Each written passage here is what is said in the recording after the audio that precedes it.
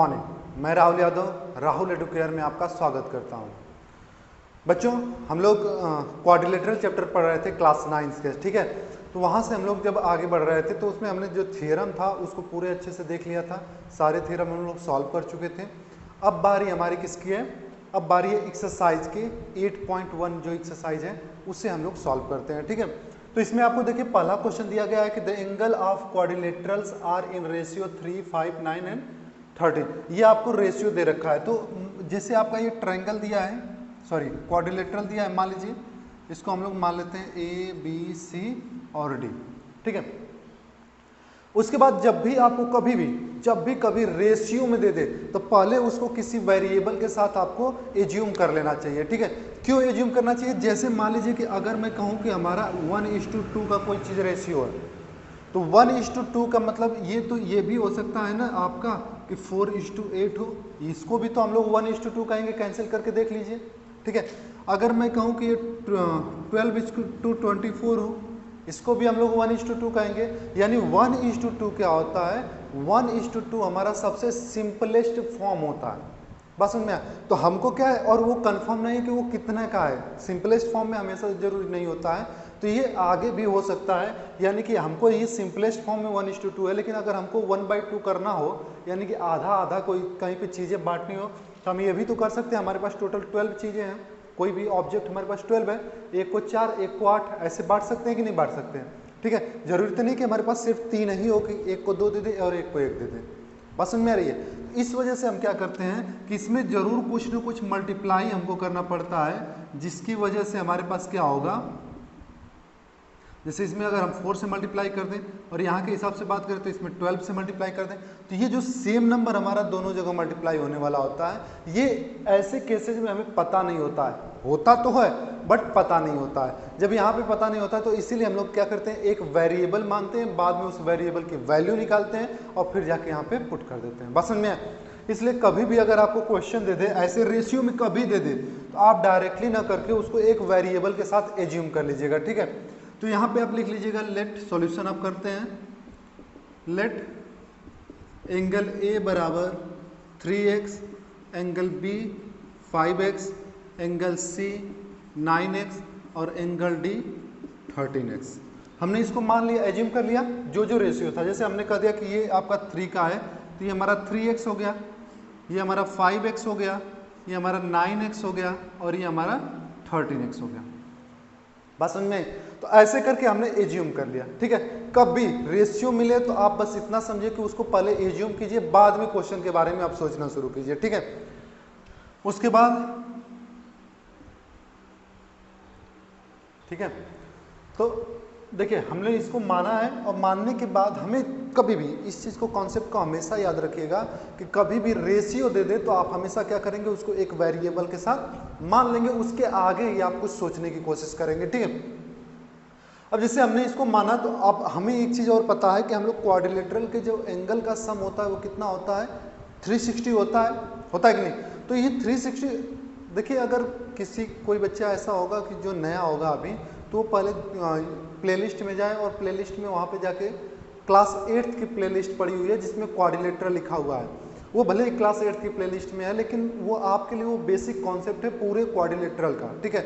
उसके बाद आपको यहाँ पे जो भी चीज़ें हैं वो अच्छे से समझ में आने वाली हैं, ठीक है।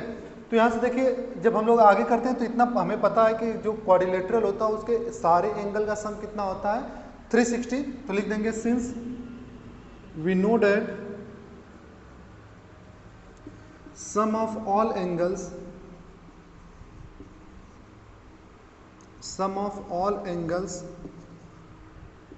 Of a quadrilateral is 360, right. तो इसका मतलब हम लोगों को ये मिलेगा कि angle A plus angle B plus angle C plus angle D it will be equal to 360 हो जाएगा ना। तो उसके बाद हम लोग क्या करेंगे, एंगल ए हमने कितना माना है, 3x, angle B 5x, angle C 9x and angle D 13x, it will be equal to 360 हो जाएगा ना। तो अब देखिए इसको हम लोग ऐड करते हैं, 13 और 9 22, 5 27 and 3 30। It means it will be your 30 x equal to 360. It means x will be equal to 360 by 30. It means x will be equal to 12. ध्यान से देखिए, 0 से 0 कैंसिल हो जाएगा और 3 से 12 हो जाएगा। तो आपको क्या मिलेगा? आपसे x की वैल्यू नहीं पूछा गया, आपसे सारे एंगल्स पूछे गए हैं। अगर सिर्फ ये पूछा जाता कि रेशियो में क्या मल्टीप्लाई होगा, जो कि अक्सर नहीं आता आपके एग्जाम में, बट फिर भी हमें हर तरीके से तैयार रहना है, ठीक है। तो यहाँ पे जब हम लोग तैयार करते हैं तो क्या मिलेगा आपको? आप कह सकते हैं कि angle A will be has been assumed as 3x. It means it will be 3 into 12. That means it will be 36. What about angle B? It is 5x. It means 5 into 12. That means it will be 60. Angle C 9x. It means 9 into 12. It means it will be 108. Angle D, it is 13x. That means 13 into 12. What will be the value of 13 into 12? It will be 156, right? तो ये आपको angles मिल गए, सारे के सारे ये angles आपको मिल गए। बात समझ में आया? तो ये आपको क्या दिया गया है? ये क्वाड्रिलेटरल दिया गया था, याद रखिएगा। ये कोई भी स्पेशल क्वाड्रिलेटरल जैसे पैरेललोग्राम, रेक्टेंगल या स्क्वायर, रोम्बस, ट्रेपेजियम, काइट, इस तरीके का कुछ नहीं दिया था, ठीक ना। तो ये हमारे पास वैल्यू आ गई। अगर आपको लग रहा होगा कि आपने क्वेश्चन सही किया है कि नहीं किया है, इसके लिए आपको क्या करना पड़ेगा? सारे एंगल्स को ऐड आउट कर दीजिए, ठीक है। इनको आप ऐड करेंगे तो आपको कितना मिलना चाहिए? 360 मिलना चाहिए। अगर आपको मिल रहा है तो इसका मतलब आप सही हो। तो जरा ऐड करके देखिए, अगर इसको आप ऐड करोगे तो 6, 12 और ये 8 कितना हो जाएगा? सॉरी, हाँ 20, यानी 0 हो जाएगा। 9 और 5 14 और 2 60 मीन 6 और 2 और 1 3, यानी कि आपकी वैल्यू जो होगी वो आ जाएगी। आप कैलकुलेट कर लीजिएगा, ठीक ना। तो इसको नोट डाउन कर लीजिए, फिर हम लोग नेक्स्ट देखते हैं हम लोग, ठीक है। यहाँ पे दिया है if the diagonal of a parallelogram are equal then show that it is a rectangle. आपको कह रहा है कि एक पैरेललोग्राम है, राइट।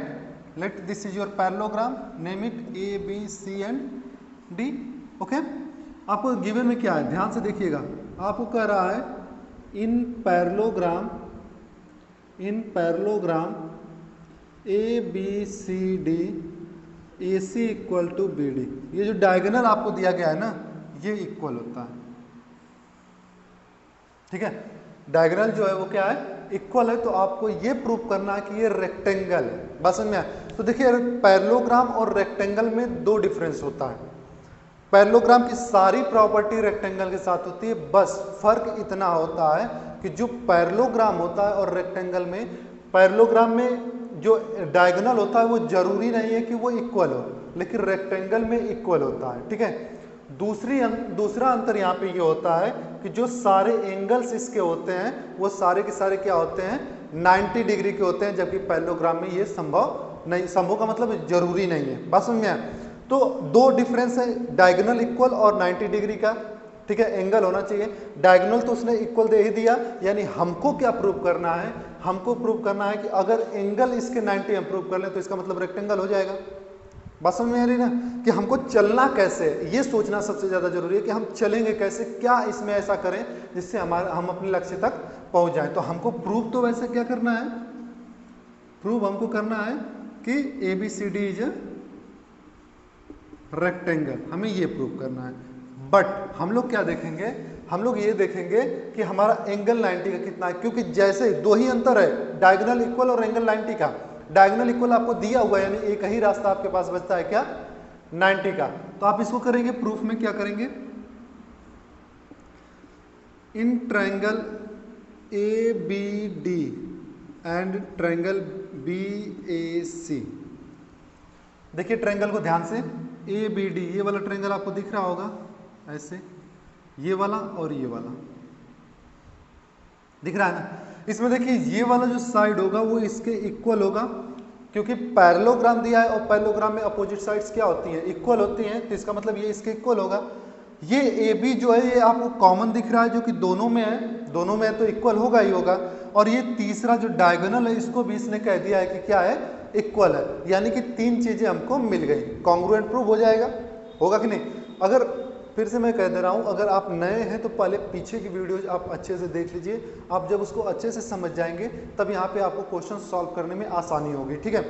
तो यहाँ से देखिए अगर हम लोग प्रूव करते हैं तो हम लोग इन दोनों ट्रायंगल की बात करें तो आप कह सकते हो कि AD equal to BC, reason लिखेंगे अपोजिट साइड्स ऑफ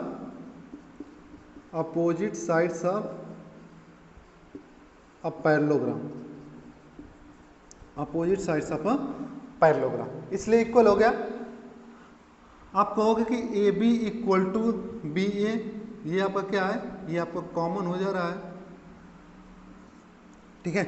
उसके बाद आपसे दिया हुआ है क्या, BD equal to AC, BD equal to AC, ये आपको क्या है, ये आपको गिवन है ना। तो इसका मतलब आप कह सकते हो कि triangle ABD will be congruent to triangle BAC, होगा ना।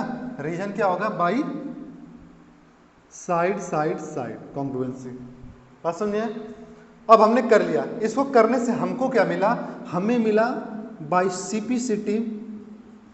CPCT हमें क्या मिलेगा कि ये वाला जो एंगल होगा वो इस वाले एंगल के इक्वल होगा, means angle A will be equal to angle B।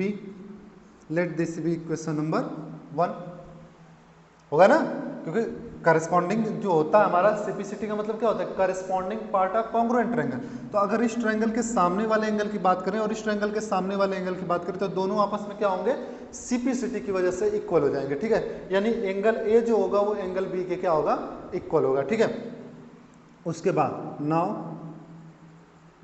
Since angle A plus angle B it will be equal to 180, इसको दो रीजन आप दे सकते हैं। क्या रीजन देंगे, जैसे आपको पता है कि जब पैरेलल लाइन होती है तो पैरेलल लाइन में जो को इंटीरियर होता है वो कितने का होता है, 180 का होता है। इसका मतलब ये क्या हो जाएगा, आपका 180 हो जाएगा। दूसरा आप ये भी रीजन लिख सकते हैं एडजेसेंट साइड ऑफ पैरेललोग्राम, क्योंकि पैरेललोग्राम में भी दो लाइन होती है पैरेलल, तो उनके बीच में जो एडजेसेंट एंगल होते हैं वो क्या होते हैं, आपके 180 के होते हैं, ठीक है। तो आप इसको ये भी लिख सकते हैं adjacent angle of a parallelogram, ठीक है, adjacent angle of a parallelogram. आपका मन करे तो आप को इंटीरियर भी रीजन में लिख सकते हैं, ठीक है। अब यहाँ पे देखिए एंगल A और एंगल B को भी हम एंगल A लिख सकते हैं, देखिए ध्यान से, एंगल B और यहाँ पे एंगल B जो है वो इक्वल टू एंगल A है। इसका मतलब हम एंगल B की जगह पे एंगल A लिख सकते हैं ना। रीजन यहाँ पे लिख दीजिएगा फ्रॉम इक्वेशन फर्स्ट, राइट। अब इसको अगर आप सॉल्व करेंगे तो क्या हो जाएगा, 2 एंगल A इक्वल टू 180, इसका मतलब angle A will be equal to 90, 2 आके इधर डिवाइड कर देगा तो एंगल A हमको 90 बन गया। सिमिलरली आप कह दीजिएगा कि angle B equal to angle C equal to angle D, ये भी कितने के होंगे, 90 के हो जाएंगे सारे। इसी तरीके से एंगल A जैसे आ गया वैसे एंगल B आ जाएगा, C और D भी आ जाएगा। तो आप क्या लिख दोगे, therefore it is proved that ABCD is a rectangle, ABCD is a rectangle, okay. तो इसको नोट डाउन कर लीजिए, फिर हम लोग नेक्स्ट क्वेश्चन करते हैं।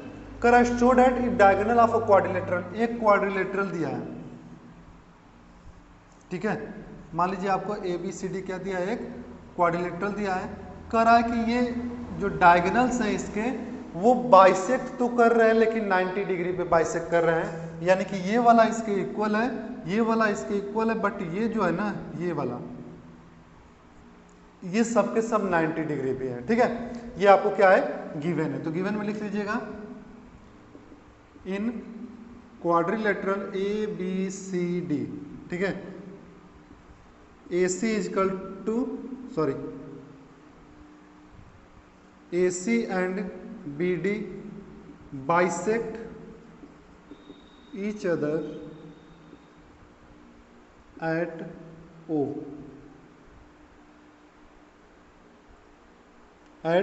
इसको हम लोग O लिख देते हैं, ठीक है। And angle AOB equal to angle BOC equal to angle COD equal to angle AOD, it will be equal to 90 degree. ये आपको दे रखा, ठीक है। ये एंगल सबके सब कितने हैं, 90 डिग्री के। आपको क्या करना है, आपको प्रूव करना है ABCD इज अ रोम्बस, ठीक है, इज अ रोम्बस, ठीक है। तो देखिए रोम्बस हो या स्क्वायर हो या फिर रेक्टेंगल हो, कोई भी इन तीनों में से आपको प्रूव करने के लिए कह दे क्वाड्रिलेटरल से, तो आप सबसे पहले उस क्वाड्रिलेटरल को पैरेललोग्राम प्रूव करोगे, उसके बाद ही आप आगे बढ़ोगे। बात समझ में? तो आपको याद रखना पड़ेगा, कभी भी इस चीज को, कॉन्सेप्ट को हमेशा याद रखिए कि किसी भी क्वाड्रिलेटरल को अगर आपको कह दे कि रेक्टेंगल प्रूव करो, किसी क्वाड्रिलेटरल को कह दे कि स्क्वायर प्रूव करो, किसी क्वाड्रिलेटरल को कह दे कि आप रोम्बस प्रूव करो, तो इसका मतलब आपको क्या करना पड़ेगा, आपको उस क्वाड्रिलेटरल को सबसे पहले पैरेललोग्राम प्रूव करना पड़ेगा। और पैरेललोग्राम प्रूव करने के लिए आपके पास दो ऑप्शन है, आप इसको और इसको ले लीजिए अपोजिट ट्रायंगल, या फिर इसको और इसको ले लीजिए, ये भी आपका अपोजिट ट्रायंगल। इन दोनों को आप लेके क्या कर सकते हैं, क्वाड्रिलेटरल सॉरी उसको पैरेललोग्राम प्रूव कर सकते हैं। तो लिखिएगा इन triangle AOB and triangle COD। AOB और COD में हम लोग लिए हैं, तो यहाँ पे लिख सकते हैं since AO equal to CO, BO equal to DO।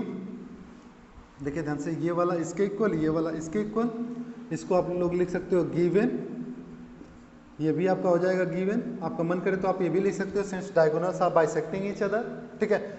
और यहाँ पे आप लिख सकते हो angle AOB equal to angle COD, और इसे आपको दिया गया है कितना, 90 डिग्री। ये आपको क्या है, diagonals are bisecting,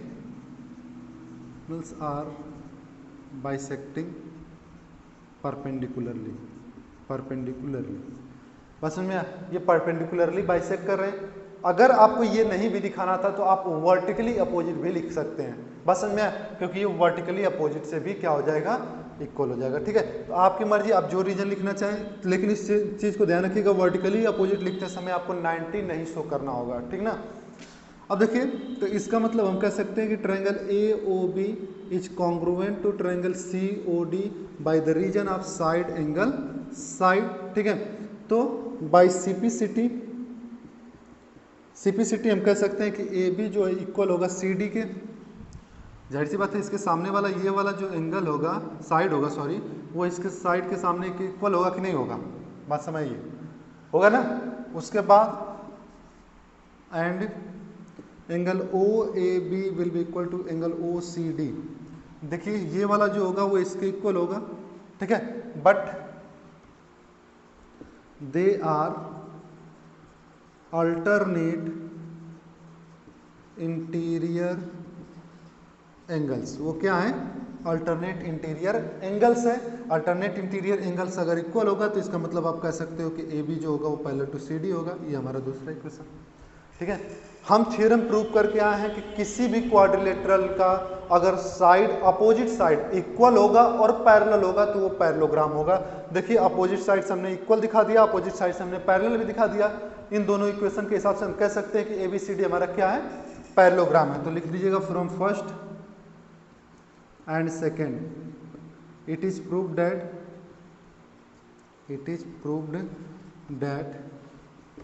ABCD is a parallelogram, ठीक है, बात समझ में आई। उसके बाद अब दूसरा स्टेप हमको, यानी पैरेललोग्राम प्रूव हो गया, अपोजिट साइड्स पैरेलल और इक्वल प्रूव हो गई। अब हमको रोम्बस प्रूव करना है। रोम्बस में पैरेललोग्राम में क्या अंतर होता है कि रोम्बस के सारे साइड्स इक्वल होते हैं और डायगोनल क्या होते हैं, परपेंडिकुलर होते हैं। तो देखिए परपेंडिकुलर वो दे दिया, जैसे रेक्टेंगल में दे दिया था ना, तो परपेंडिकुलर दे दिया है, यानी कि हमको एडजेसेंट साइड, यानी कि सारे साइड्स अगर हम इक्वल दिखा देते तो हमारा काम हो जाएगा, क्योंकि पैरेललोग्राम तो हम ऑलरेडी प्रूव कर चुके हैं। पैरेललोग्राम हो गया तो वो तो आधी प्रॉपर्टी वो खुद रख लिया। अब दो जो डिफरेंस होते हैं रोम्बस और इसमें आपको पैरेललोग्राम में, वो एक होता है कि डायगोनल जो होते हैं वो परपेंडिकुलर बाइसेक्ट करते हैं और एडजेसेंट साइड्स इक्वल होते हैं। तो डायगोनल परपेंडिकुलर बाइसेक्ट करते, तो वो गिवन है क्वेश्चन में, तो हमारे पास ऑप्शन क्या है कि हम उसको एडजेसेंट साइड को क्या कर दें, इक्वल प्रूव कर दें। देखिए कभी भी आपको डायगोनल परपेंडिकुलर या फिर एडजेसेंट साइड इक्वल प्रूव करना होगा तो एक चीज ध्यान रखिएगा, हमेशा साइड बाय साइड ट्रायंगल लीजिएगा। ये ले लीजिएगा, ये ले लीजिएगा, ये ले लीजिएगा, ये side side. Diagonal bisect prove करना हो या फिर अपोजिट साइड इक्वल प्रूव करना हो या फिर पैरेललोग्राम प्रूव करना हो या पैरेलल प्रूव करना है तो अपोजिट ट्रायंगल। लेकिन एडजेसेंट साइड इक्वल और डायगोनल परपेंडिकुलर प्रूव करना हो तो हमेशा क्या करेंगे आप, एडिसेंट लेंगे, ठीक है। तो यहाँ पे हम करेंगे now in triangle AOB and triangle COB, ठीक है। तो यहाँ पे लिखेंगे since AO equal to CO, ये आपको गिवन है, ठीक है। Angle AOB equal to angle COB it is equal to 90, ये भी आपको कह सकते हो कि गिवन है, या फिर लिखने का मन करे डायगोनल्स आर बाइसेक्टिंग परपेंडिकुलरली, और OB इक्वल टू OB ये हमारा क्या है, कॉमन है, दिख रहा है ना, ये इसके इक्वल, ये इसके इक्वल और ये कॉमन। तो आप कह सकते हो कि ट्रायंगल AOB जो होगा वो कॉन्ग्रुएंट होगा ट्रायंगल BOC के, सॉरी COB के, ठीक है, COB के कॉन्ग्रुएंट होगा। तो आप रीजन लिख दीजिएगा बाई साइड एंगल साइड, तो बाई CPCT क्या लिख सकते हैं, CPCT में आप कह सकते हैं कि इसके सामने वाला जो होगा इसके सामने के इक्वल होगा, it means AB will be equal to BC। देखिए ये इसके इक्वल हो गया और ये इसके इक्वल, यानी ये इसके इक्वल भी होगा और ये इसके इक्वल, यानी ये इसके इक्वल, क्योंकि पैरेललोग्राम था। तो आप लिख सकते हो similarly AB equal to BC equal to CD equal to AD या DA, ठीक है, सब इक्वल आ गए, therefore it is a rhombus. किसी पैरेललोग्राम के सारे साइड्स इक्वल होंगे तो वो क्या कहलाएगा, रोम्बस कहलाएगा, और ये आपका रोम्बस प्रूव हो गया, ठीक है। इसे नोट